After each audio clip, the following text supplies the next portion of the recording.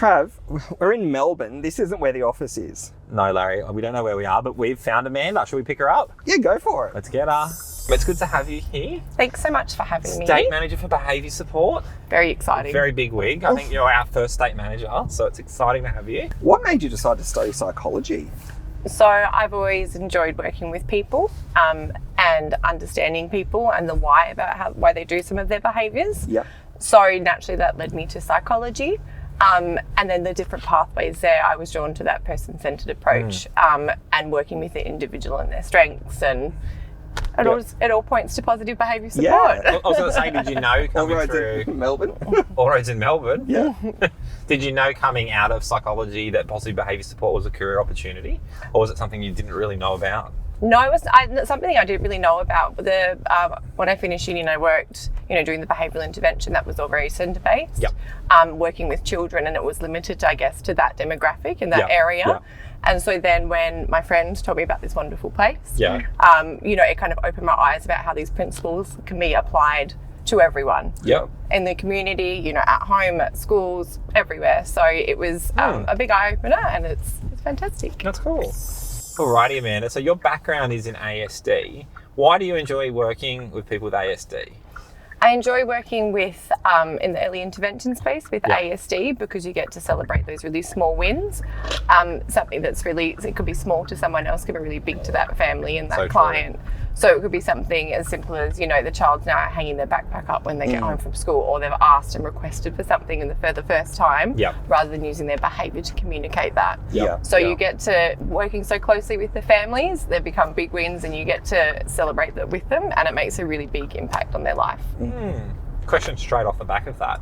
So if my young one doesn't want to put her shoes away each day, how can I use behaviour strategies to get her to put her shoes away? Well, we have to look at why isn't she putting her shoes away? Does she not know where they go? Does she not know how to put them away? Is she doing it so that she gets attention from you and you go, you need to keep putting your shoes away? So it's always understanding the why of the behaviour. Okay. Yep. All right. Okay. Maybe I need a behaviour support practitioner to come to my house. Absolutely. Yeah. And you guys can tip the sand out of her shoes for me into the bin. When you think about all the amazing work that you've done, what's one of the standout moments for you? This was working with a client who was having some trouble with social skills, making friends at school and maintaining those friendships. So we sat down with the family and we made a goal that they wanted him to, be invited to go on a play date after school. Yep. So we went into the school and we developed a social skills program. So we worked with him on turn taking, conversation cards, role play, social stories. And then we implemented that within the whole classroom as well. Yep. And then one day the mum called me in tears because she came home and there was an invitation to a birthday party in his bag. Yeah. So again, one of those really small, seems like a small win, but it's really, really big for that family. Yeah. So that's one of the standouts. Oh, that's so nice. Do you have for us a choice go-to behaviour support strategy that you like to use? I think that, no one strategy fits all. Yep. So you'd have to look at the individual and look at their preferences. Larry. I just need some tips. What have you got for me? Well, scheduling, because he was late today. Yeah, he's late every day. We need to look at his sleep routine because obviously he's not getting enough if you're sleeping in the morning. This is true. I did have him up late last night. So. No, I think with the strategies, you always have to look at the individual and their likes and preferences. Yeah. And how this impacts their quality of life and plays into their environment. Yeah. And then using that in intervention. So sometimes really small changes can have a really big impact. Yeah. Okay. Now let's play two truths and a lie.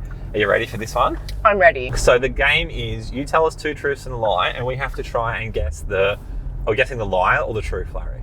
The lies or the I always truth? get this bit stuffed up. We'll guess the lie. We'll guess the lies. Okay. I have mountain biked down the most dangerous road in the world. Wow. I've eaten a guinea pig.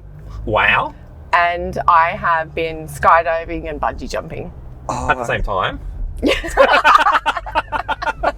Okay, we'll say separately. Ooh, that's tricky. Because I feel like I could do all those things. You could not eat a guinea pig, Larry. No, but they're all plausible things. They are plausible. You haven't eaten a guinea pig.